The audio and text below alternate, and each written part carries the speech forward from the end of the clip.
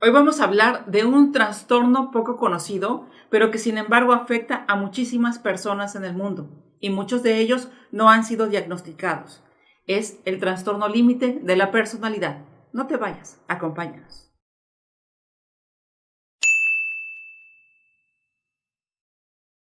Hola, hola mi gente bonita. Buenas tardes, buenos días, donde quiera que estén. Les saluda con mucho gusto su amiga Xochitl Tanatóloga. Bienvenidos a este rinconcito de cielo y hoy me acompaña Pamela Puente. Hola, ¿qué tal? Buenos días, tardes o noches o la hora que estén viendo este video. Mi nombre es Pamela y soy hija de la doctora Xochitl. Y justo hoy estamos juntos, Pamela y yo, para poder ayudar a todas las personas que tienen diagnosticado este trastorno y desde nuestra experiencia vamos a decirles y vamos a platicarles todo lo que hemos vivido. Sí, claro, una experiencia más de un vínculo familiar y vamos a hablar un poco, a profundizar un poco más sobre este trastorno. Y pues sí, Pame, en el mundo hay 8,000 millones de personas. De ellas, el 2% son diagnosticadas, quiero recalcar ese término, con este trastorno. Es decir, 170 millones de personas en el mundo tienen TLP. Imagínense los que no han sido diagnosticados, inclusive muchas personas lo pueden tener y ni siquiera lo saben. ¿Pero qué es el trastorno límite de la personalidad? Bueno, esta es una afección mental que provoca emociones inestables y por lo mismo una conducta errática en la persona. Déjenme platicarles la experiencia que tengo con Pame. Cuando ella tenía 11 años, me mandaron a llamar de la escuela y estaba en la secundaria y me dijeron que, bueno, ella tenía ciertos problemas de conducta y yo como madre ignorante de estas cuestiones de la salud mental que uno no sabe en aquellos tiempos, bueno, me dice la directora, fíjese que su hija tiene problemas de conducta y yo no le hice caso. Como toda mamá, ¿qué hacemos las mamás? No, pues Pamela, ¿qué pasó? Que no sé qué. Ella tenía 11 años. Y bueno, uno va tontamente, ¿verdad? Lo digo porque ahora ya con el pasar del tiempo lo veo así. Y voy y la regaño y le digo, ¿cómo es posible que te portes mal? Si yo me voy a trabajar, si yo voy porque necesitamos el dinero para vivir. Y pues ella, una jovencita, una adolescente, una prepuberta, apenas entrando a la pubertad, pues no entiende el lenguaje que nosotros los padres hablamos. Por lo tanto, lo que yo dije entró por un oído y salió por el otro. Ella estaba empezando con problemas de anorexia y de bulimia. ¿No, Pame? Sí, esa edad, si no tienes buenas herramientas emocionales, sufres una crisis de identidad. Buscas desesperadamente pertenecer a un grupo de amigos o saber quién eres realmente, si de lo que dicen de los demás o lo que crees de ti mismo. Entonces, muchas veces, y ya sabemos que vivimos en una sociedad muy enferma, y yo lo digo como joven también, y nos damos cuenta que si no sigues a ciertos estándares de belleza, no eres aceptado, o te critican, o se burlan de ti, y esas cosas. Entonces yo a los 13 años tuve anorexia porque quería desesperadamente pertenecer a un grupo de jovencitas, y pues al no tener una educación en el sentido de que me guíen emocionalmente a esto está bien o esto está mal, porque mi mamá era muy ausente porque tenía que trabajar. Obviamente ahorita ya que yo trabajo entiendo más esa parte, pero sin embargo cuando vives de esa forma, crees que la realidad de la que ves es todo, es un todo. No conoces otra realidad más la que estás viviendo, entonces crees que lo que vives es lo que es. Entonces me sentía muy incómoda con mi realidad, y pues poco a poco todo, y con el pasar de los años, fue empeorando. Claro. La llevé con el psicólogo y bueno, la diagnosticaron con anorexia y bulimia aproximadamente entre los 11 y los 13 años. A los 15 años ella pesaba 35 kilos y mide 1,65. Imagínense lo delgadita que estaba. Pero como yo, también ausente emocional, porque yo también tenía problemas disfuncionales con mi propia madre. Bueno, también, aparte de que estaba ausente físicamente porque tenía que trabajar, pues también estaba ausente emocional para ellas, porque yo estaba luchando mis propias batallas. Por lo tanto, yo no estaba presente para ella, ¿no? Entonces, esa parte fue la más complicada porque yo no estuve para atenderla y al contrario la regañaba y le decía cómo es posible que tú no atiendas la escuela si yo me voy a trabajar y con tanto esfuerzo. Ya saben, la letanía que todo padre dice como adulto, pero no nos bajamos al nivel de ellos y de lo que ellos están pensando. Eso no lo hacemos. Queremos que ellos piensen como nosotros a la edad de que ya somos padres, ¿no? Entonces, esa parte es bien importante. Uno de los factores de riesgo para que un niño o un adolescente desarrolle este trastorno y de acuerdo a nuestra experiencia es justamente la disfunción familiar. En una parte de la disfunción familiar es bien importante ese abandono, ese vacío que se va generando en los jóvenes que ni siquiera saben de dónde vienen.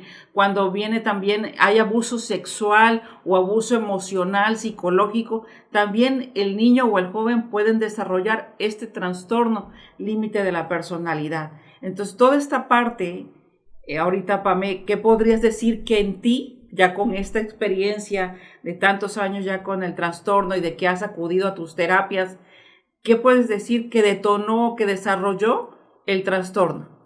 Bueno, más que nada, y quiero mencionar nuevamente la crisis de identidad y haber pasado por bullying. Cronológicamente, primero la crisis de identidad y segunda, consecuente a bullying. Entonces, conforme pasa cronológicamente con los años, si no se atiende, se convierte o se hace la bolita de nieve muchísimo más grande.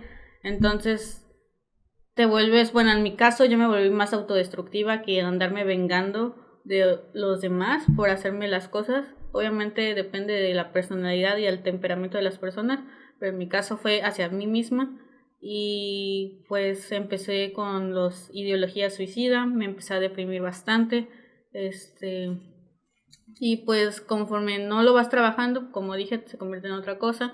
Empecé a autolesionarme, yo ya no quería ni siquiera estar aquí, prácticamente. Y pues después, consecuente a que la bolita siga, otra vez vuelvo al mismo ejemplo de la cronología, empecé con las adicciones, al cigarro, al alcohol, a las fiestas, a la marihuana en su tiempo. Y aquí quiero hacer un paréntesis en esta parte de las adicciones, Pame.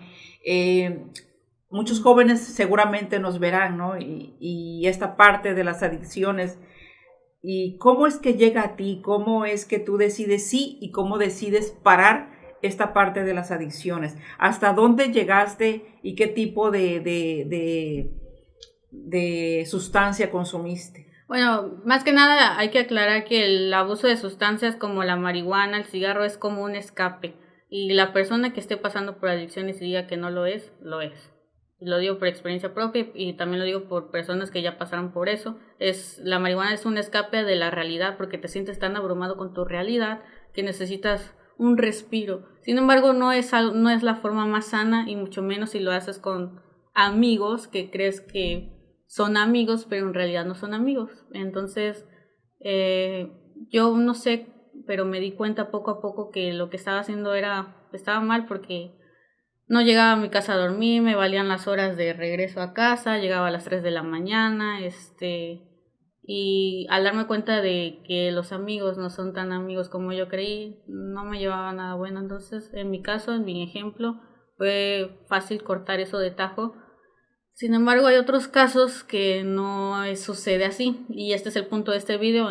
Si tu caso no es que puedas cortar las adicciones de cajón, como ya había mencionado, debes de tener en claro que la marihuana y cualquier tipo de droga es un escape a la realidad. Entonces tienes que darte cuenta que lo que estás haciendo está mal y solamente estás empeorando tu situación. Sí, muy bien. Y bueno, también debemos recordar que hubo un evento en donde te filmaron, lo subieron a YouTube, y ese evento que te dolió tanto fue el que dijo, no más. Pame se fue de fiesta con los amigos, ya saben, y pues empezaron a consumir sustancias, y bueno, ella en un estado de drogadicción muy, muy completa, la filman, y los propios que se dice amigos suben el video a YouTube A mí me llama mi hermana y me dice, oye, ¿ya viste el video de Pamela en YouTube? Y entonces me voy a ver el video y luego enseguida le hablo, porque pues yo ausente, porque estoy trabajando, le hablo y ella ve el video y se espanta. Entonces, mamá, ayúdame. Es cuando ella me pide ayuda. Y entonces yo tengo que hablar con los amigos y decir que bajen el video, porque si no, pues yo haría unas cuestiones legales ahí. Bueno, imagínense, ¿no? Entonces, bajan el video los muchachos y entonces yo hablo con ella, pero al final de cuentas la decisión la toma ella de decir, no más, no más. Si tú me estás viendo en este video y tú estás también consumiendo esta sustancia, no esperes a llegar a un momento de decir que caigas tan al suelo, tan abajo como para decir no más. No le pongas parches a tu dolor. Mira hacia adentro, ve hacia adentro, encuentra lo que tú sientes y trabájalo en terapia. Que la terapia, un poquito más adelante lo vamos a ver, es bien importante. Y después, bueno, de las adicciones, Pame también, bueno, tuvo diferentes parejas, también 2, 3 noviecitos que tuvo, que cuando, por lo mismo que te sentía mucha soledad, porque este trastorno te hace sentir mucha soledad, entonces cuando sientes soledad, ¿qué haces? Agarras a la pareja y te aferras a ella y dices, tengo que estar con él porque si no, no va a llegar nadie más que me va a querer. ¿Sí es cierto? Sí, por supuesto.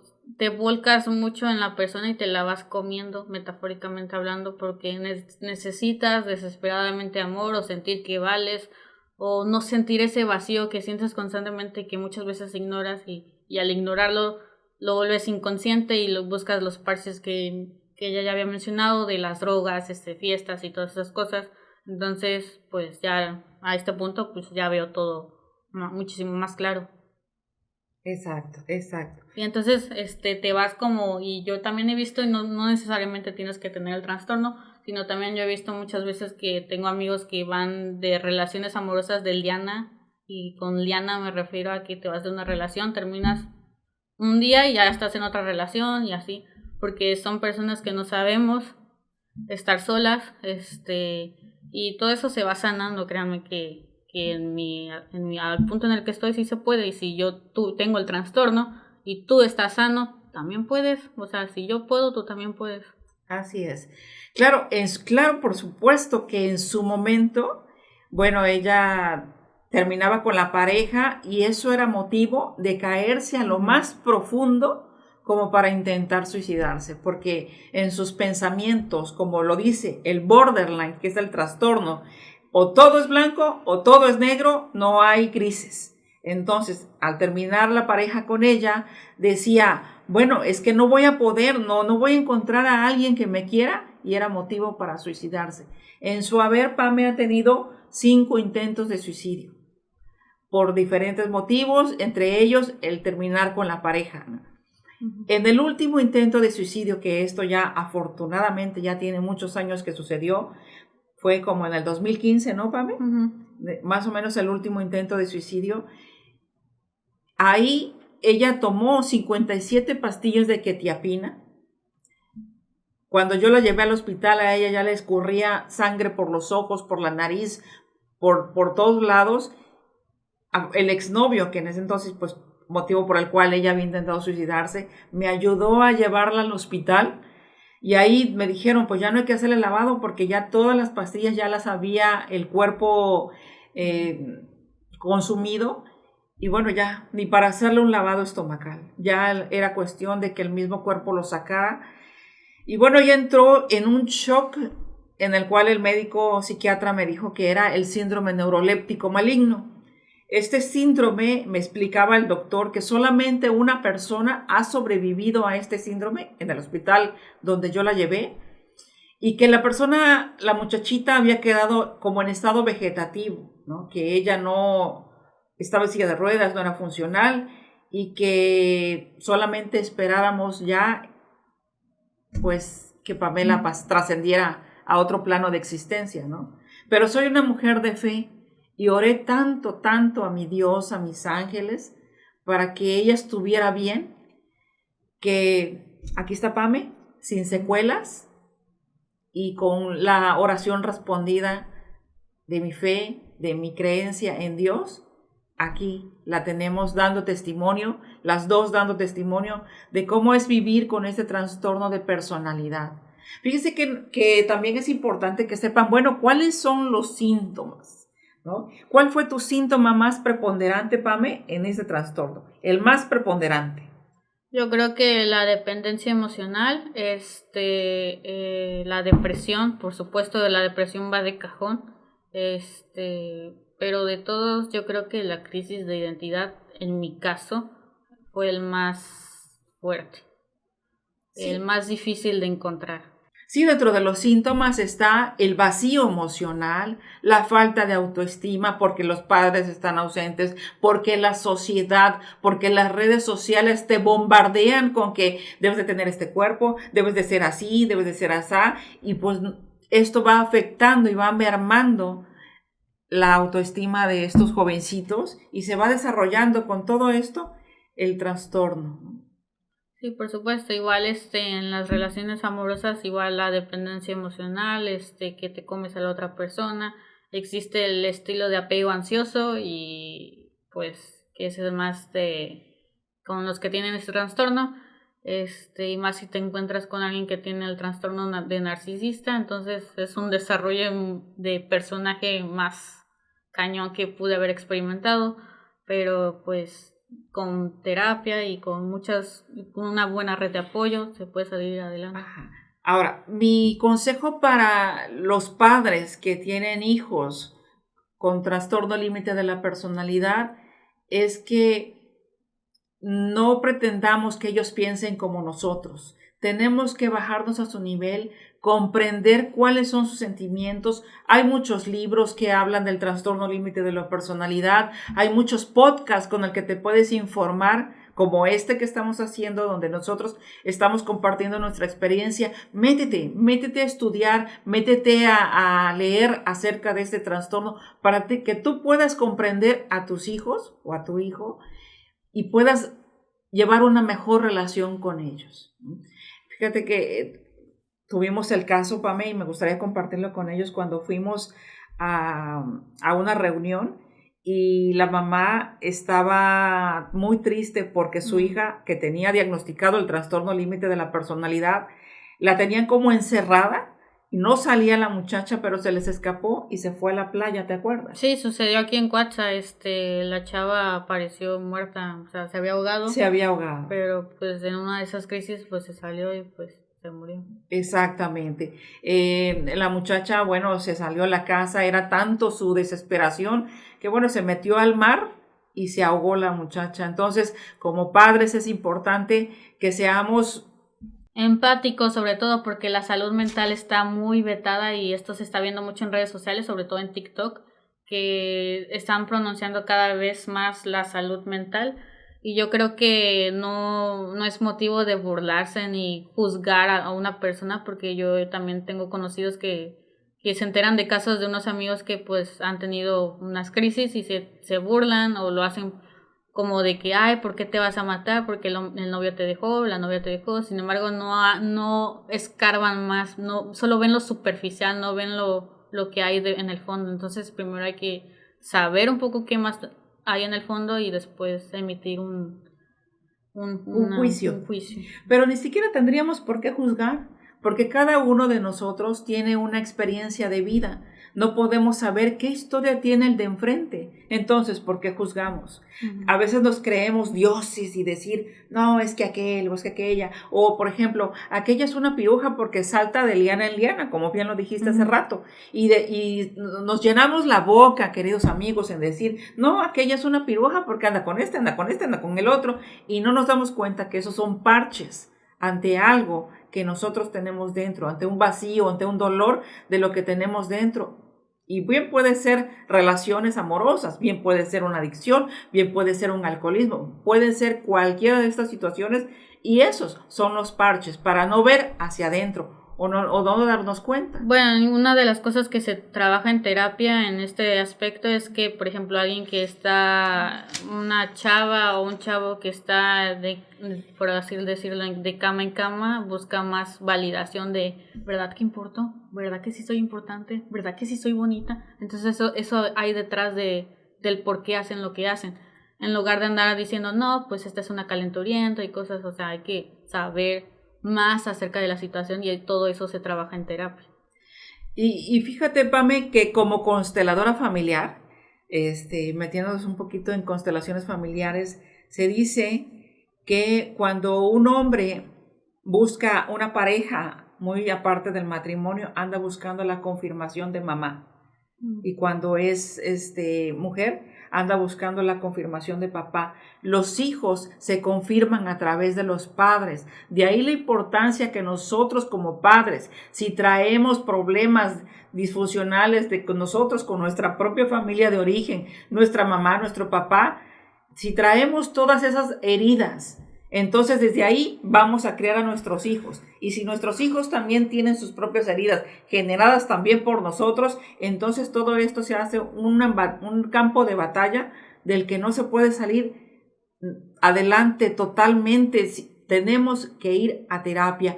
Una parte importante para salir del trastorno es ir a terapia, recordando siempre que la terapia es para encauzar el pensamiento, para ver las cosas desde una óptica diferente. Y en el caso específico del trastorno límite de la personalidad, dentro de todos los tipos de terapia, hay dos que son bien importantes: la terapia cognitiva conductual y la terapia dialéctica conductual, que son las que son básicas para el trastorno límite. Hay otras que son psicoterapia, terapia gestal, terapia humanística y otros tipos de terapia, pero para este trastorno son estos dos tipos que acabo de mencionar. Y bueno, la pregunta para ti, Pame, es ¿qué te ayudó a estar en el avance en el que estás hoy en día? Bueno, primero que nada, y quiero recalcar esto, es que lo primero es aceptar que necesitas ayuda y saber que el diagnóstico como tal, porque tengo amigos que sí están muy mal o muy metidos en adicciones y no reconocen que lo que hacen está mal o no reconocen que necesitan un cambio. Entonces el primer paso, antes que nada, es reconocer que necesitas ayuda. De ahí consecuente ser abierto a opiniones y saber que en tu verdad no es la absoluta. También hay que ser abiertos en opiniones, por ejemplo, de tu terapeuta, por ejemplo, buscar otro tipo de amistades, y cómo te vas a dar cuenta, pues, de las amistades, pues, que también son leales contigo y las actividades que hagas con ellos. Otra es igual que a mí me ayudó bastante, es acercarme más a la iglesia, y no hablo de religión, sino hablo de Dios, que son cosas muy diferentes, y poco a poco, haciendo todo eso, yo me fui abriendo más a querer investigar, ya no que me obligaran, o ya que no que dijeran, oye, tienes que ir, sino ya por voluntad propia. Una persona así va creciendo poco a poco, y también tener una red de apoyo, y esa red de apoyo también que te ayuden, porque obviamente en la vida vas a tener siempre dificultades, y tu red de apoyo puede ser tus padres, o algún maestro, o incluso no puede ser familiar, como acabo de mencionar, pero estar acompañado también por un profesional, y pues poco a poco ir trabajando en eso, no darte de alta tampoco tú mismo en las terapias. Como tú lo hiciste. Sí, obviamente vas a lo mejor, si tienes este trastorno, puedes pasar por esto y pues salir adelante poco a poco. Y también otra recomendación para ti como padre, que tengas un hijo con el diagnóstico, o a ti que eres esposo, que tienes una esposa con este diagnóstico, los medicamentos que son bien importantes en este tipo de trastorno no se les puede dar a la persona. El medicamento se lo tiene que dar el familiar. Porque sucede lo que me sucedió con Pame, que agarró los medicamentos y pues se los tomó e intentó suicidarse con ellos. Entonces por eso los psiquiatras son bien específicos en decir, los medicamentos se los tiene que dar usted en la dosis que corresponda. Ahora bien, otra cosa que pasa con los medicamentos y lo cual nosotros vivimos y por eso estamos aquí, es de que le da la dosis el psiquiatra y a lo mejor esa dosis no es. A lo mejor con esa dosis, no, porque siempre me tienen dormido. Entonces tienes que regresar al psiquiatra otra vez para que te acomode la dosis, porque es de acuerdo a peso y talla. Si esa dosis no te acomoda y te hace estar dormido todo el tiempo, entonces tienes que ir y que te vuelvan a acomodar la dosis. No te vuelva a quedar, vuelves a ir hasta que se quede la dosis que a ti te queda y te hace bien a tu cuerpo. ¿No, Pame? Porque así nos pasó. En los primeros años, Pame andaba pero así como dopada, ¿no? Ya después tuvimos que ir ajustando las dosis hasta que ya quedó funcional y ya dijo, no, pues aquí ya puedo ir a trabajar, ya puedo hacer mis cosas. También otra cosa bien importante es que la persona con el trastorno no puede vivir solo.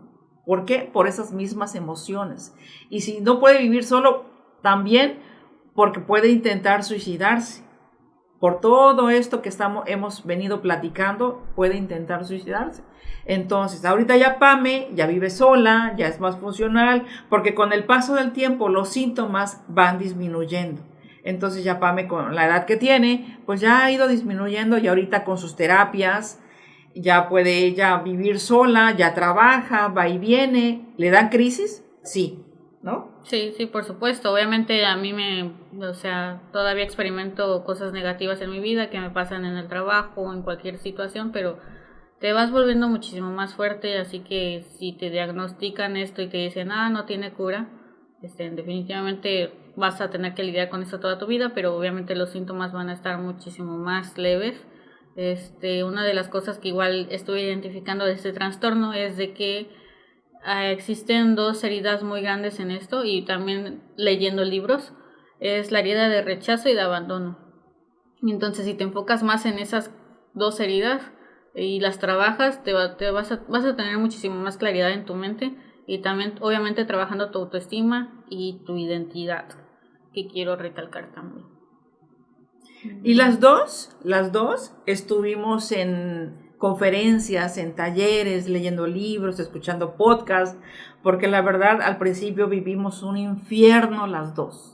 Yo como mamá queriendo hacerla entrar en razón y regañándola y diciéndole, ¿cómo es posible que tú, que la escuela, que no te portes bien, que me hagas esto si yo me voy a trabajar y todo? Y ella agrediéndome también verbalmente, no, que tú, que no sé qué, que no te quiero, que te odio, que no sé qué. Entonces fue un infierno vivir esto, fíjense amigos, hasta que yo me metí a estudiar tanatología, y en una materia que fue de psiquiatría, ahí me explicó el doctor cómo funcionaba el trastorno y dije, Dios mío, qué tonta he sido al tratar a mi hija de la forma en que la he venido tratando. Y es cuando me puse las pilas y entonces le dije, Pame, vamos a ir a talleres, vamos a ir a conferencias, vamos a leer libros. Y hay un libro muy en particular que ella y yo le recomendamos, que es el libro de Satán, de Yehuda Berk.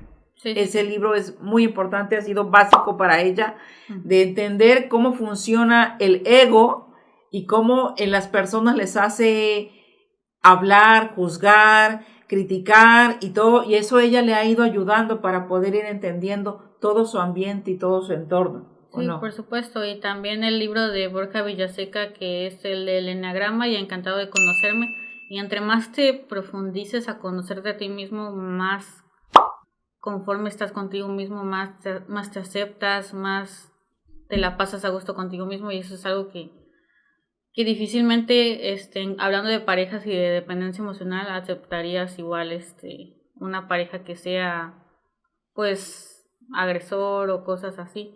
Entonces, hablando del libro de Satán, habla más del ego y del ser, y pues básicamente igual un poquito de contexto, es el ser es el que observa los pensamientos. Tú eliges un pensamiento, y si te lo crees, esto es la realidad que provocas un sentimiento, una emoción y después una acción.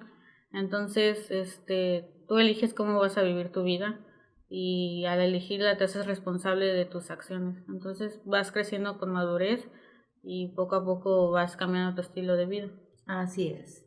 Y también otra cosa importante para los diagnosticados con este trastorno es la red de apoyo. Mamá, papá, el novio, la pareja, el esposo, la esposa, La red de apoyo es bien importante. Ahorita cuando Pame le dan sus crisis, pues mamá, me pasa esto. Y ahí estoy hablando con ella. Nos hemos unido ahorita, lejos del infierno que pasamos en un principio, entre que yo la regañaba y que le decía y ella me contestaba y todo. Ahora ella y yo nos hemos unido más. Y una de las cosas que ella me dice, diles que siempre me dices, Okay. de que gracias a mí no has... Sí, por ejemplo, gracias a mi mamá no he intentado o he tenido otra vez ideología suicida, porque entre más profundizas en el autoconocimiento, pues menos quieres hacer cosas impulsivas. Por ejemplo, si yo paso algún problema en el trabajo, a veces la llamo y le digo lo que está pasando y poco a poco se va esa nube en tu mente y te despejas poco a poco. Eso es lo que hace una red de apoyo, no lejos de hundirte y de juzgarte. La red de apoyo te ayuda a ayudarte a tener un poquito más claridad en la mente, y pues gracias a eso todo poco a poco ha ido cambiando. Entonces yo creo que, y profundizando más en mi posición de la ideación suicida, estás aquí por algo, definitivamente estás aquí por algo, y yo creo que también debes de ser valiente ante las circunstancias que estás viviendo y no echarte para atrás. Yo creo que fuiste creado con virtudes, y si las sacas te vas a dar cuenta de lo valioso que eres y no de las opiniones que dicen los demás. Entonces yo creo que poco a poco, si tienes confianza en ti mismo y si quieres salir adelante, sí se puede, y debes de tener esperanza, y yo que estoy más de este lado, puedes salir adelante con todo lo que estás viviendo y tener un poquito más de crecimiento emocional y personal. Así es. Pues esta ha sido nuestra experiencia de estar viviendo como madre e hija el trastorno límite de la personalidad. Esperemos que les haya servido esto que hemos platicado. Y si tienen alguna duda y quieren contactarnos, aquí están nuestras redes sociales, pueden contactarnos en cualquiera de ellas y estamos para servirles y poderles apoyar.